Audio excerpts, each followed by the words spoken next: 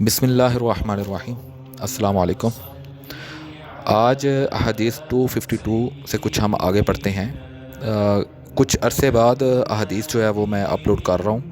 اس کی وجہ ایک یہ تھی کہ کچھ مصروفیات تھی اور کچھ میرے والد جو تھے وہ انتقال کر گئے تھے۔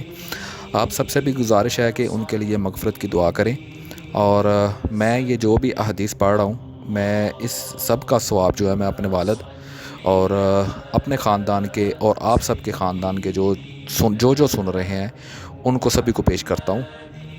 اللہ تعالیٰ قبول و منظور فرمائے اور ان کی مغفرت عطا فرمائے، آمین۔ آج ہم حدیث نمبر 252 سے کچھ آگے پڑھتے ہیں۔ حدیث نمبر 252 ہے اس بارے میں کہ ایک سا یا اسی طرح کسی چیز کا وزن بھر پانی سے غسل کرنا چاہیے۔ غسل کے بیان میں یہ حدیث ہے۔ ہم سے عبداللہ بن محمد نے حدیث بیان کی، انہوں نے کہا کہ ہم سے یحییٰ بن آدم نے حدیث بیان کی، انہوں نے کہا کہ ہم سے زہیر نے ابو اسحاق کے واسطے سے، انہوں نے کہا ہم سے ابو جعفر محمد باقر نے بیان کیا کہ وہ اور ان کے والد جناب زین العابدین جابر بن عبداللہ رضی اللہ تعالی عنہ کے پاس تھے اور کچھ اور لوگ بھی بیٹھے ہوئے تھے۔ ان لوگوں نے آپ سے غسل کے بارے میں پوچھا تو آپ نے فرمایا کہ ایک سا کافی ہے۔ اس پر ایک شخص بولا یہ مجھے تو کافی نہ ہوگا۔ جابر رضی اللہ تعالیٰ عنہ نے فرمایا کہ یہ ان کے لیے کافی ہوتا ہے جن کے بال تم سے زیادہ تھے اور جو تم سے بہتر تھے، یعنی رسول اللہ صلی اللہ علیہ وآلہ وسلم۔ پھر جابر رضی اللہ تعالیٰ عنہ نے صرف ایک کپڑا پہن کر ہمیں نماز پڑھائی۔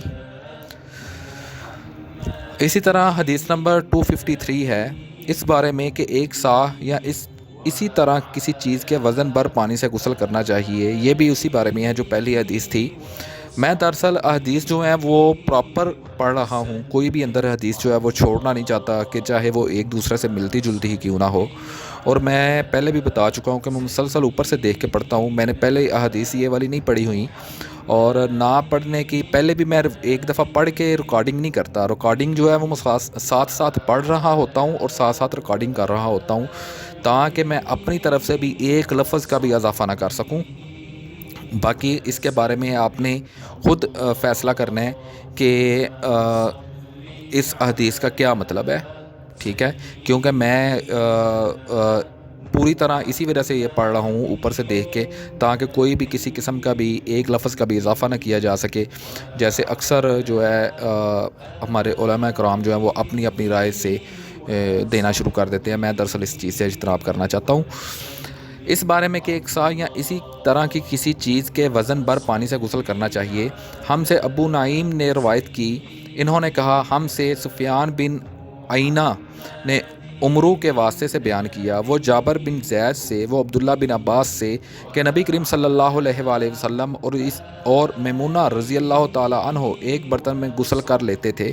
ابو عبداللہ امام بخاری رحمۃ اللہ علیہ فرماتے ہیں کہ ابن عینہ اخیر عمر میں اس حدیث کو یوں روایت کرتے تھے کہ ابن عباس رضی اللہ تعالی عنہ سے، انہوں نے میمونہ رضی اللہ تعالی عنہ سے، اور صحیح وہی روایت ہے جو ابو نعیم نے کی ہے۔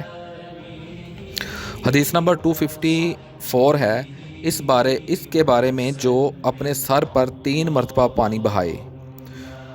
ابو نعیم نے ہم سے بیان کیا، انہوں نے کہا کہ ہم سے زہیر نے روایت کی ابو اسحاق سے، انہوں نے کہا ہم سے جبیر بن مطعم رضی اللہ تعالیٰ نے روایت کی، انہوں نے کہا کہ رسول اللہ صلی اللہ علیہ وآلہ وسلم نے فرمایا میں تو اپنے سر پر 3 مرتبہ پانی بہاتا ہوں، اور آپ صلی اللہ علیہ وآلہ وسلم نے اپنے دونوں ہاتھوں سے اشارہ کیا۔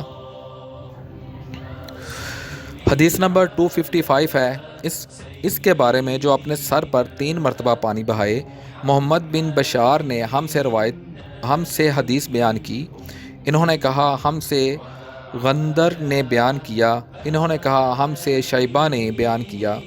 مخول بن راشد کے واسطے سے، وہ محمد ابن علی سے، وہ جابر بن عبداللہ رضی اللہ تعالیٰ عنہ سے، انہوں نے فرمایا کہ نبی کریم صلی اللہ علیہ وآلہ وسلم اپنے سر پر 3 مرتبہ پانی بہاتے تھے۔ آج ہم نے حدیث نمبر 255 تک پڑھی ہے۔ اللہ تعالیٰ آپ کو اور مجھے سمجھنے کی توفیق عطا فرمائے۔